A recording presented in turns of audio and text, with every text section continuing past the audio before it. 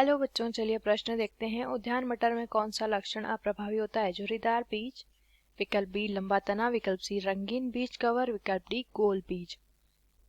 तो आइए यहाँ पे जानेंगे प्रश्न में हमारे प्रश्न की मुख्य अवधारणा क्या है। हमारे प्रश्न की मुख्य अवधारणा है, हमें बताना है उद्यान मटर जो होती है, उद्यान मटर, उसका इन विकल्पों में से हमें ढूंढना है अप्रभावी लक्षण। ये जो उद्यान मटर के ऊपर प्रयोग किए गए थे, ये प्रयोग किए गए थे वैज्ञानिक मेंडल। इनका पूरा नाम था वैज्ञानिक ग्रेगर जॉन मेंडल। इन्होंने इन प्रयोगों द्वारा किसकी खोज की थी? अपने प्रयोगों द्वारा खोज की थी आनुवंशिकता की। आनुवंशिकता की खोज इस वैज्ञानिक द्वारा की गई थी।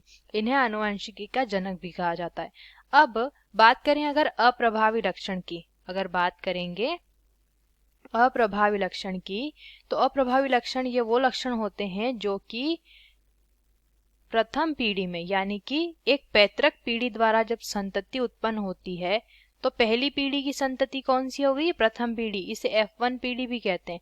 तो प्रथम पीढ़ी की जो संतति होती है, उस प्रथम पीढ़ी में अप्रभावी लक्षण नहीं दिखाई देते या अस्पष्ट होते हैं।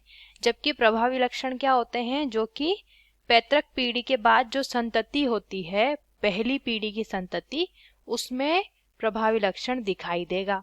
अब अगर विकल्पों को देखेंगे, झुर्रीदार बीज, तो दोस्तों झुर्रीदार बीज जो है हमारा, वो है अप्रभावी लक्षण, क्योंकि झुर्रीदार बीज जो है वो प्रथम पीढ़ी में, पैतृक पीढ़ी अगर एक झुर्रीदार बीज है और एक गोल बीज है, तो पहली पीढ़ी में गोल बीज उत्पन्न होगा, झुर्रीदार बीज उत्पन्न नहीं होगा। तो ये क्या हो गया? अप्रभावी लक्षण हो गया।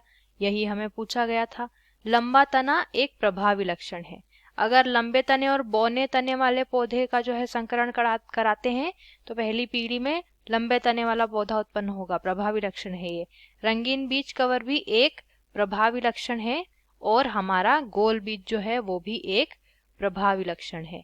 हमें प्रश्न में पूछा गया है अप्रभावी लक्षण के बारे में, तो हमारा उत्तर हो जाता है विकल्प ए। आशा करते हैं आपको यह उत्तर समझ आया होगा। धन्यवाद।